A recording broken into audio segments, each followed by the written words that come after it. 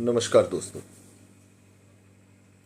दोस्तों, जिस तरह से कुंडली में हमने आपको जानकारी दी मार्केश की स्थिति के बारे में, इसी तरह से हर लग्न कुंडली में एक बाधक भाव भी होता है, जिसका काम होता है चलते हुए कामों में रुकावट लाना, अर्थात जीवन में बाधाएं पैदा करना।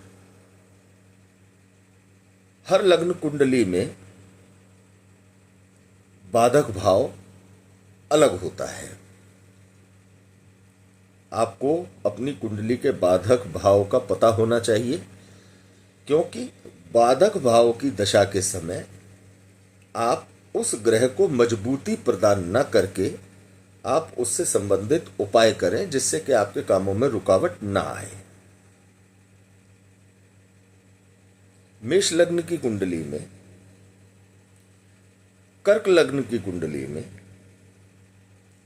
तुला लग्न की कुंडली में और मकर लग्न की कुंडली में, अर्थात 1, 4, 7, 10 इन लग्नों की कुंडली में बाधक भाव कुंडली का 11वां भाव होता है। अर्थात 11वें भाव में जो भी राशि लिखी हुई है वो ग्रह बाधक भाव का स्वामी है, अर्थात वह ग्रह आपका बाधकेश है। अब बात करते हैं वृष लग्न, सिंह लग्न, वृश्चिक लग्न और कुंभ लग्न के बारे में, यानी 2, 5, 8 और 11 इन लग्नों में कुंडली का 9वां भाव यानी भाग्य भाव का स्वामी ही बाधक भाव का स्वामी होता है। जब भी इसकी दशा अंतरदशा का समय आता है, कामों में रुकावटें शुरू हो जाती हैं।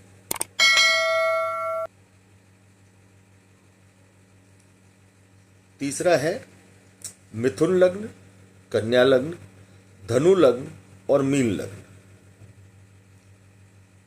इन चारों लग्नों में, अर्थात 3, 6, 9 और 12 इन चारों लग्नों में कुंडली का 7वां भाव बाधक भाव होता है। अर्थात यदि बुध का लग्न है तो गुरु बाधक होगा, और गुरु का लग्न है तो बुध बाधक होगा। ऐसे ग्रहों का सबसे ज्यादा क्षमता ऐसे ग्रहों की तब आती है जबकि बाधक भाव का स्वामी होकर के कोई ग्रह अपने ही घर में बैठा हो, तो वो और ज्यादा बाधाएं पैदा करने में सक्षम होता है। जब जब इन ग्रहों की दशा अंतरदशा का समय आए, आपको इससे संबंधित उपाय करके अपने कामों में आ रही रुकावट को दूर करने का प्रयास करना चाहिए।